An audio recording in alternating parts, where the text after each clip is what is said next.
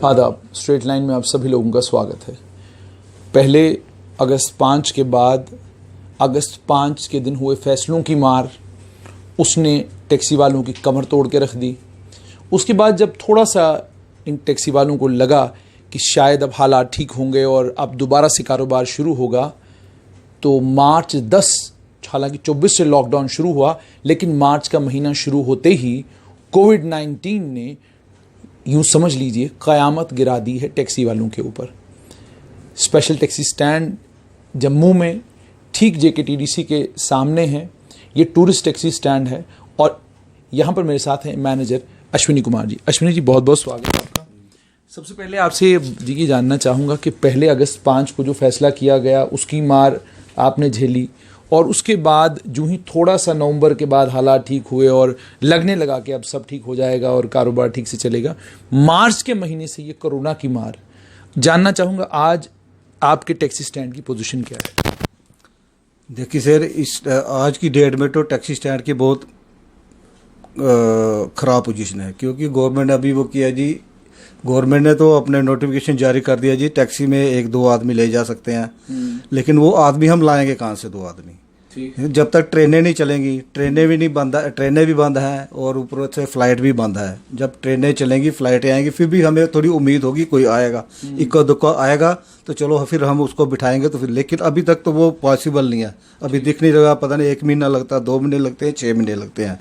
और ऊपर से हमें एक बड़ी मार है कि हम यहाँ लोकल, हमारा जो स्टैंड है यहाँ पे, जैसे हम यहाँ पे चलते हैं, एयरपोर्ट चलते हैं, रेलवे स्टेशन चलते हैं, कोई लोकल हमारे पास कस्टमर आ जाता है, जैसे किसी ने बंडाल जाना है, डोडा जाना है, लखनपुर जाना है, पुंछ जाना है, रजौरी जाना है। अच्छा, उसके लिए हमें ये दिक्कत आती है, अगर कोई भी कबार अभी कोई 5-7-10 दिन के बाद कोई एक आधा हमारे पास आ जाता है, लेकिन वो जा नहीं सकते। अगर कहीं यहाँ से हम स्टार्ट करते हैं तो हमें ये रोक लेते हैं रामबन वाले, रेड जोन है जी, आप कहाँ जा रहे हो? अभी तो जैसे हमारी ये गवर्नमेंट ने पूरा ये ओपन कर दिया हो कि आप 2 सवारी बिठा के कहीं भी जा सकते हो। अगर हम जाना चाहते हैं तो हम यही दिक्कत आती है कि हम यहाँ से सांबा जाते हैं तब तकलीफ होती है, वो हमें जाने नहीं देते। यहाँ से वो हमें रामबन से नहीं जाना, लेकिन हमें वही वहाँ से कुछ वापस आना पड़ता है। यहाँ बहुत दिक्कत आई है। कम से कम ये तो चीज़ होनी चाहिए कि अगर टैक्सी खुली है, हमने जाना है कोई, जैसे कश्मीर जाते हैं हम, तो कश्मीर के लिए दिक्कत है, बीच में जो रेड जोन पड़ रहा है, रामबन पड़ रहा है या कोई और बढ़ेगा, तो ये हमारे लिए बड़ी दिक्कत है। कम से कम ये हमें ओपन होना चाहिए कि अगर कोई भी, वैसे तो हमारा काम तो है नहीं, तो कोई एक आधा जो आ रहा है कस्टमर आता है, चलो लोकल ही है, लेकिन हमें ये एक चीज़ नहीं होनी चाहिए, जैसे हम जा रहे हैं कहीं तो ये चीज़ हमें नहीं कि रेड जोन जा रहा है। जहाँ तक सरकार का ताल्लुक है, सरकार ने साफ तौर पर जम्मू के रीजन के लिए कम से कम ये कहा है कि रामबन, कठुआ और सांबा ये 3 रेड जोन हैं, लेकिन बाकी ऑरेंज और ग्रीन जोन है। ऑरेंज से ग्रीन जोन जाने के लिए कोई पास की ज़रूरत नहीं है, और इसी तरीके से ग्रीन जोन से ऑरेंज जोन में आने के लिए किसी पास की ज़रूरत नहीं है। लेकिन मैंडेटरी जो टेस्ट एक आधा है, वो टेस्ट वहाँ पर होगा जिसमें थर्मल स्कैनिंग की जाएगी। और जो सवारी आप लेकर जा रहे हैं वो सवारी जो है बाहर की नहीं होनी चाहिए, लोकल होनी चाहिए। आपसे ये जानना चाहूँगा ऑन ग्राउंड पोजीशन क्या है, ताकि सरकार को कम से कम पता चले कि जो उनका हुक्मनामा जारी हुआ है, क्या ग्राउंड पर जो कर्मचारी हैं वो उस हुक्मनामे को मान रहे हैं। आपके ड्राइवर आपको क्या कहते हैं जब वो ऑरेंज जोन से, मतलब मान लीजिए आज जम्मू से कोई डोडा जा रहा है, वो क्या बताता है आपको? क्या आराम से जा रहा है वो या परेशानी आ रही है?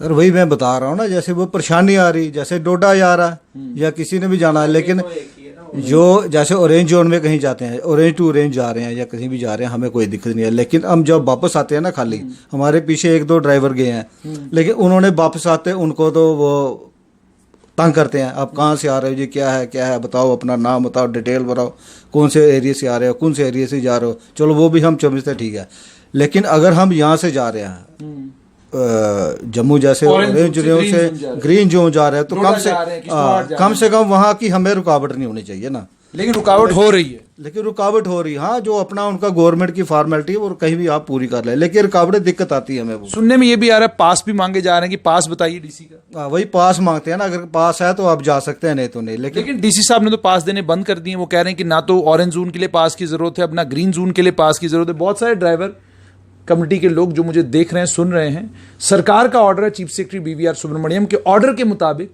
ग्रीन जोन से ऑरेंज जोन जाने के लिए और ऑरेंज जोन से ग्रीन जोन वापस आने के लिए किसी पास की कोई जरूरत नहीं है। स्थिति क्या है? जो आपके ड्राइवर जाते हैं, क्या उनसे अभी भी पास मांगे जा रहे हैं? बिल्कुल अभी भी पास मांगते, पास नहीं मांगते, वो बोलते हैं परमिशन मांगते हैं वो, कि परमिशन है आपके पास जाने की। जब हम बोलते भी हैं सर हमारा वो नहीं, अभी तो हमने वो पढ़ा हुआ कि 1-2 सवारी जब गवर्नमेंट ने खोल दी है कि 1 या 2 कस्टमर लेके, 2 तो बिठाते नहीं हम ज़्यादा, क्योंकि ज़्यादा बिठाना तो वो तो हमारी गलती है ना। जब उन्होंने बोला 2 कस्टमर बिठाओ, 2 कस्टमर बिठा के हम जाते हैं तो कोई पता नहीं कहाँ पे ये वो करके वो मांगेंगे परमिशन चाहिए, और वहां से आपको हो सकता है वापस आना पड़े। नहीं वापस चलो 1-2 लड़के वापस भी आए हैं, लेकिन हमने यही करते हैं कि चलो ये चीज़ नहीं होनी चाहिए ना, उनको कम से कम जो डिप्टी पे हैं उनको ये चीज़ पता होनी चाहिए कि यार ये फलाने जगह से आए हैं। जब हमारा आई कार्ड बताते हैं, हर चीज़ बताते हैं हम अपने आप को, उनका कभी कभार हमारा बिल भी काट दे देते हैं, लेकिन वो चीज़ नहीं होनी चाहिए कि परमिशन मांगते हैं, वो परमिशन नहीं होनी चाहिए ना।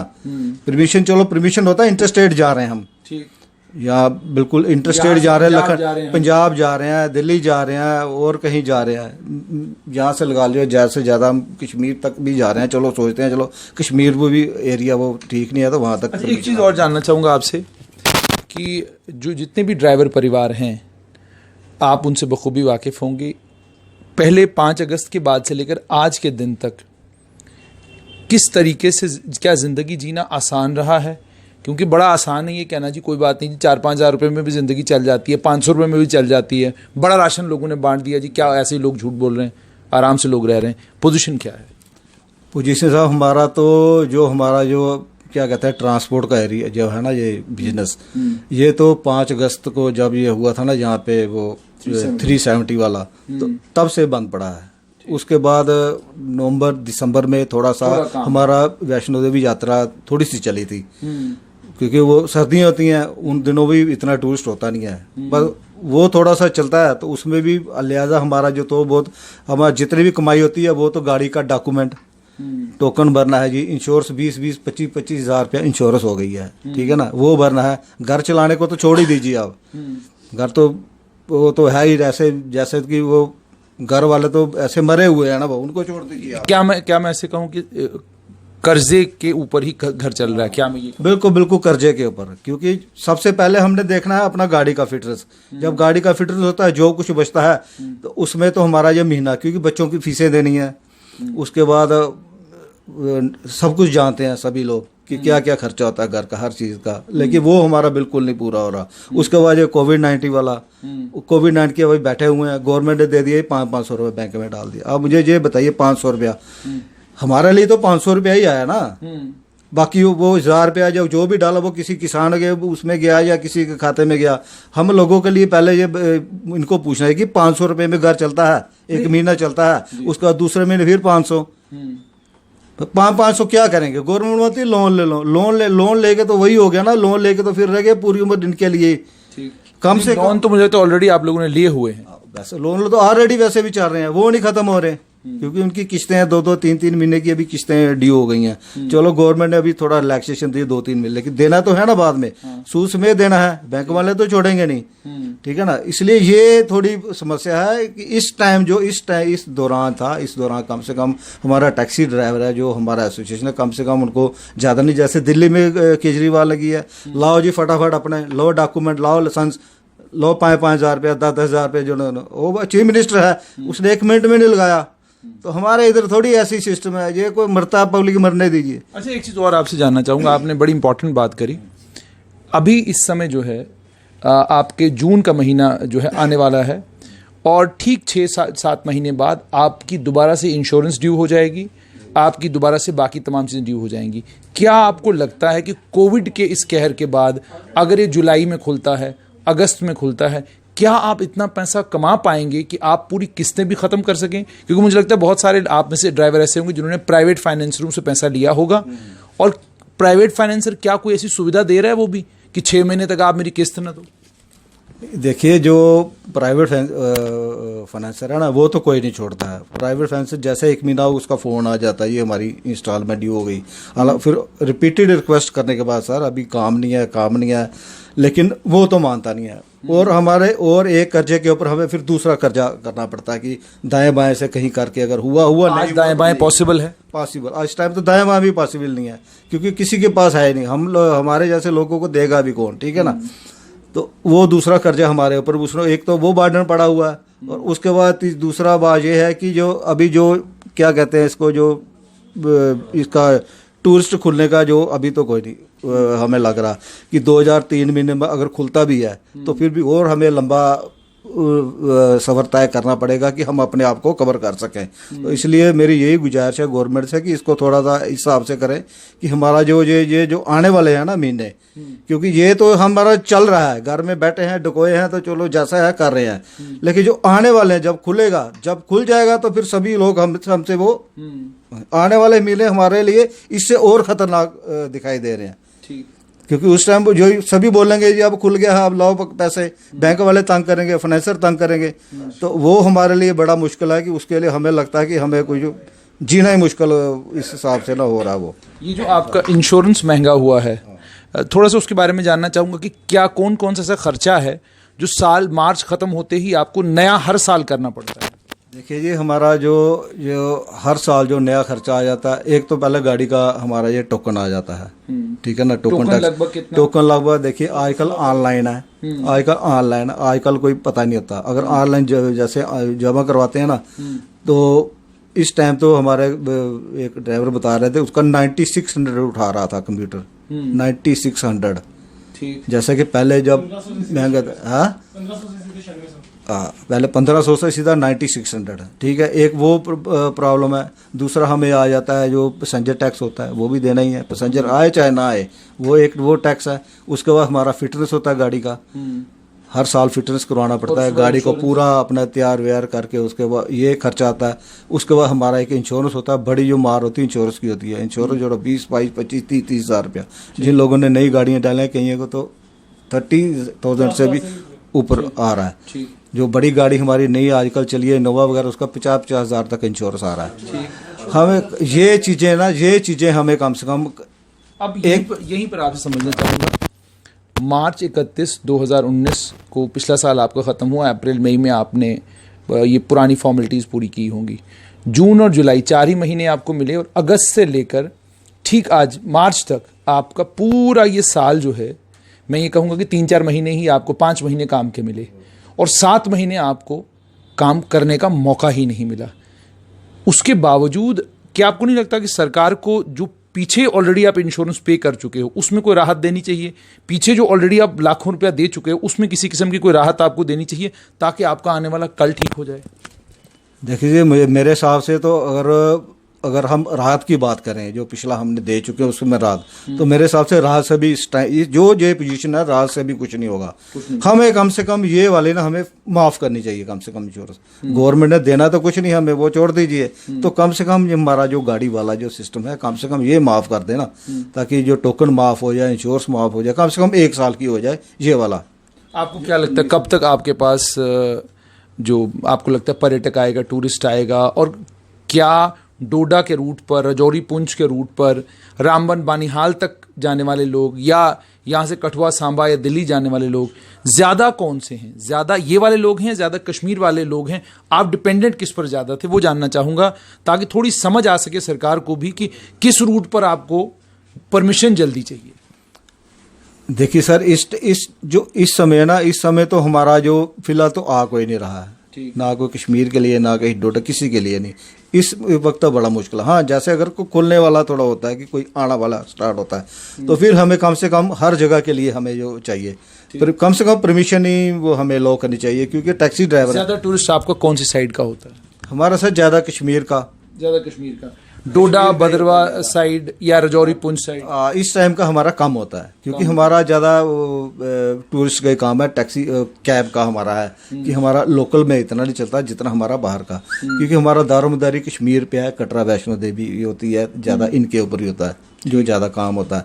तो ये अब टोटल बंद पड़े हैं। कश्मीर में भी आप देख लीजिए, एक तो कोविड-19 है, ऊपर से रोज दूसरा तीसरे दिन रोज हमले हो रहे हैं। तो हमें तो गारंटी को, हमें तो कुछ लगता ही नहीं है कि हमारा ये खुलेगा सारा, ये तो अभी मुश्किल ही है। क्योंकि अभी और आपसे जानना चाहूँगा, अमरनाथ बाबा बर्फानी की यात्रा जो है उसकी तैयारियों वाला टाइम है ये, मई के महीने में तैयारियां शुरू हो जाती हैं कि जी अब यात्रा जो है जून जुलाई में। तो आपसे जानना चाहूँगा कि अभी सरकार ने फैसला लिया था, पहले कैंसिल की थी, बाद में सरकार ने कहा कि नहीं अभी इस पर सोच विचार करेंगे। मान लीजिए भगवान न करे, अगर अल्लाह न करे कहीं ये यात्रा को कैंसिल करना पड़ा, और अगर यात्रा होती भी है तो क्या आपको लगता है कि कोविड की इस परेशानी के चलते वो रश आपको मिलेगा जो रश आपको पहले मिलता था, या अमरनाथ का कोई ज़्यादा असर आप पे नहीं पड़ा? नहीं, देखिए, हम वैसे तो हम पहले भी रिक्वेस्ट कर चुके हैं गवर्नमेंट से कम हमारी अमरनाथ यात्रा तो चलाई जाए, क्योंकि अमरनाथ यात्रा चलो इतना हो कि हमारा जो घर का जो थोड़ा खर्चा वर्चा निकल जाएगा अमरनाथ यात्रा से। बाकी डॉक्यूमेंट तो पूरा नहीं होंगे, कंप्लीट नहीं होंगे, लेकिन चलो हमारा जो थोड़ा बहुत खर्चा निकलेगा। लेकिन हालात वैसे लगते नहीं है, लेकिन हम रिक्वेस्ट करते हैं गवर्नमेंट यात्रा चलाई है, थोड़ा उसकी लिमिटेशन रखी है पैसेंजर्स की। जैसे हमें कभी आता है सुनने में कि उसमें जैसे अगर यात्रा रोई की हमारी 10,000 या 20,000 जाती है, कम से कम उसको 5,000 तक रखो आप। 5,000 रखो, 5,000 में सोशल डिस्टेंसिंग भी रहेगी, हर चीज़ रहेगी, हर अपने किसी को गवर्नमेंट को भी दिक्कत नहीं आएगी उसको संभालने में। तो कम से कम यही कहते हैं, लेकिन अब देखो लगता तो है नहीं, लेकिन रिक्वेस्ट है कि यात्रा ये हमारी ये कम से कम अमरनाथ यात्रा चलाई है, ताकि हमारा जो जैसे हमारी अगर रोज़ की 10 गाड़ियाँ निकलती हैं तो कम से कम 2-4 गाड़ियाँ ही हमारी निकले वहाँ जाएं। बाकी सबका नहीं, चलो एक दो हर दिन कम से कम 2-2 आदमी अपना थोड़ा थोड़ा पेट भरने लायक हो जाएं। क्या आपकी टैक्सियाँ कुछ कंपनियों के साथ भी जुड़ी हुई हैं, या कोई टैक्सी किसी कंपनी के साथ जुड़ी हुई नहीं है? नहीं, हमारी कोई किसी के कंपनी के साथ कोई टैक्सी। कंपनी वाले सर आजकल कंपनी जो होती हैं बाहर कंपनियाँ प्राइवेट, वो लेती हैं प्राइवेट गाड़ियाँ हायर करती हैं, जो कि इलीगल है। ठीक है ना। हमारा है एसोसिएशन, हमारी हर गाड़ी पूरी वो फिट, हर डॉक्यूमेंट उसका कंप्लीट होता है। हमारी गाड़ी तो लीगल होती है सारी, क्योंकि हमारा काम ही यही है। लेकिन मैक्सिमम आजकल कंपनियां बाहर से गाड़ी ले लेती हैं प्राइवेट, जो लोगों ने अपनी पर्सनल गाड़ी रखी है वो हायर करती हैं, वो इलीगल है। खैर गवर्नमेंट उनको गाड़ियों को पकड़ भी रही है, वो सीज भी करते हैं, लेकिन उनकी तरफ थोड़ा ज़्यादा ध्यान देना चाहिए गवर्नमेंट को कि कम से कम उन गाड़ियों की तरफ जो इलीगल चलती हैं ना, जो इलीगल चल रही, कम से कम उनको ठीक अच्छा शिकंजा उनको कसना चाहिए। क्योंकि हमारी जो टैक्सी है, हमारी येलो प्लेट होती है, येलो प्लेट है उसकी गाड़ी की, हर चीज़ वो भी है, ड्राइवर ने भर्ती डाली। लेकिन जो प्राइवेट गाड़ी वाइट प्लेट होती है उसकी, वो किसी घर की होती है, वो हर जगह जा रही है, कहीं भी जा रही है। हमारा अगर डोडा तक जाना हो, वो आधे से भी ज़्यादा वो करके वो बाहर से निकल जाते हैं। आपसे जानना चाहूँगा बिल्कुल आखिर में कि हमारी सड़क लीजिए, आपका बानिहाल का आगे का सारा, रामबन से आगे का सारा स्ट्रेच आपका बंद है और अचानक बंद हो जाता है, आपका ड्राइवर बीच रास्ते में फंस जाता है। गाड़ी की wear and tear Jammu Kashmir में जितनी है उतनी शायद बाहर नहीं है, सड़कें बहुत ख़राब हैं। आप यहाँ से गाड़ी सही सलामत लेंगे, वापस सही सलामत आए, उसकी कोई गारंटी नहीं है। तीसरा, आतंकवाद जम्मू कश्मीर में अभी भी है। चौथा, कोविड का कहर है। पांचवा, 5 अगस्त के बाद जो फैसले हुए हैं उनको लेकर अभी भी स्थिरता, जो स्टेबिलिटी है वो अभी तक नहीं आई है। इन सारी परेशानियों के बीच में आपको क्या लगता है, क्या आप डिमांड करेंगे सरकार से? कितना बड़ा पैकेज टैक्सी वालों के लिए, तमाम जम्मू कश्मीर के टैक्सी वालों की तरफ से आप क्या अपील करना चाहेंगे केंद्र सरकार से, जम्मू कश्मीर की सरकार से, कि कैसा पैकेज होना चाहिए, कितना बड़ा पैकेज होना चाहिए और उसमें क्या क्या चीज़ें आपको देनी चाहिए जिससे आपको राहत भी मिले और कम से कम टैक्सी का जो बिज़नेस है जिससे आप अपना घर चलाते हैं, कम से कम उस पर मार न पड़े, वो बिज़नेस जो है ख़त्म ना हो? देखिए सर, हमारी गवर्नमेंट से तो यही रिक्वेस्ट है, गवर्नमेंट के लिए तो बड़ा काम नहीं है। हम चाहते हैं कि जितना भी हमारा एसोसिएशन टैक्सी है ना, जितनी भी टैक्सी हैं हमारी जम्मू में, कश्मीर में, जितनी भी जम्मू प्रोविंस, कश्मीर प्रोविंस, पूरी स्टेट की है, जो अब तो आजकल तो यूटी बन गई ना, जम्मू और कश्मीर की जितनी भी टैक्सी है, इनके लिए गवर्नमेंट एक अलग से पैकेज करे। एक तो हम चाहते हैं 1 साल के लिए डॉक्यूमेंट माफ़ कर दीजिए, जो भी हमने ऑलरेडी मैं बोला हूँ। उसके बाद चाहते हैं कि कम से कम जितने भी हमारे रजिस्टर्ड है ना, जो ओनर हैं, जितने भी गाड़ी वाले हैं, जितने भी, हम चाहे इनके लिए कम से कम गवर्नमेंट एक अलग से कोई ऐसी स्कीम बनाए ताकि ये जो आने वाला टाइम है ना हमारा आसानी से निकल जाए। कोई भी पैकेज गवर्नमेंट बना सकती है, इनको किसी किस्म की रिलैक्सेशन दे दे। डॉक्यूमेंट, एक तो पहला नंबर तो डॉक्यूमेंट का 1 साल के लिए वो रिफंड कर दे। उसके बाद नेक्स्ट वो कोई भी रिलैक्सेशन, किसी जैसे हमारा टूरिज्म डिपार्टमेंट के साथ अटैच होते हैं हम, डिपार्टमेंट टूरिज्म के थ्रू हो जाए, या अपने हमारा प्रोविंस के अपने अपने जो एसोसिएशन होते हैं, सारा मेंबरान होते हैं सारे, एक बैठ के इनके साथ कोई ऐसा एक पैकेज किया है ताकि आने वाला जो टाइम है ना, जो उसमें जैसे कि हर कुछ भी कह सकते हैं, किसी का गवर्नमेंट पैकेज बना सकती है, किसी किस्म का भी। हमें गाड़ियाँ नहीं चाहिए, हमें गाड़ियाँ हैं, लेकिन कुछ ऐसी रिलैक्सेशन जो एक डॉक्यूमेंट वाला हो गया। आपको ऐसी रिलैक्सेशन चाहिए जिसमें आपकी गाड़ी भी चले और आपका घर भी चले। बिल्कुल बिल्कुल। जैसे आपको गवर्नमेंट कोई पर्सनली हमें हर एक पर्सनली हमें कोई इस किस्म का एक लोन दे दे हर मेंबर को, ये हमें धक्के नहीं खाने पड़े बैंक के। कोई ऐसा सिस्टम ना दे कि ये जो यूनियन टैक्सी वाले हैं जम्मू में इतने हैं, कश्मीर में इतने हैं,